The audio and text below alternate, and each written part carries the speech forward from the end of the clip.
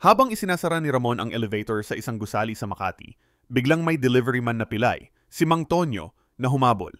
Sandali lang po, makikisabay lang, hingal na sabi ni Mang Tonyo. Pagkapasok niya, tumunog ang elevator. Overload. Kailangang may bumaba.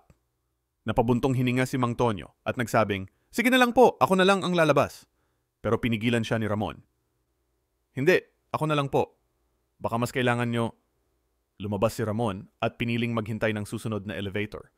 Pero ilang minuto na ang lumipas, wala pa rin. Kaya nagdesisyon siyang umakyat na lang sa hagdanan. Habang pawis na pawis siyang umaakyat sa ika-15 palapag, nagdasal siya. Panginoon, sana makarating pa ako sa interview. Kailangan ko talaga tong trabaho para sa pamilya ko. Pagdating niya sa itaas, hingal na hingal, aksidente niyang nabangga ang isang basurahan. Sa halip na iwanan, tumigil siya para linisin ang kalat. Pagpasok niya sa opisina, magalang siyang bumati. Magandang umaga po, ma'am. Pasensya na po sa pagka-late. Iniabot niya ang kanyang resume. Tiningnan siya ng boss, si Ma'am Clarice, naka-blazer, seryosong muka. 42 years old ka na, Ramon. Associate degree lang, tapos late ka pa. Sa totoo lang, wala akong dahilan para i-hire ka. Pinunit niya ang resume at itinapon sa mesa. Tahimik lang si Ramon.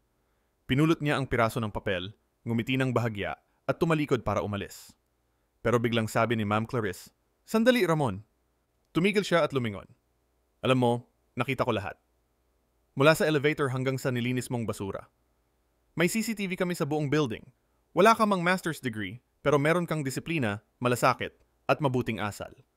Magkano ba ang gusto mong sahod? Maayos siyang sumagot, "Ma'am, kahit 50,000 piso lang po." Ngumiti ang boss. Gagawin kong 80,000 piso. Magsimula ka bukas.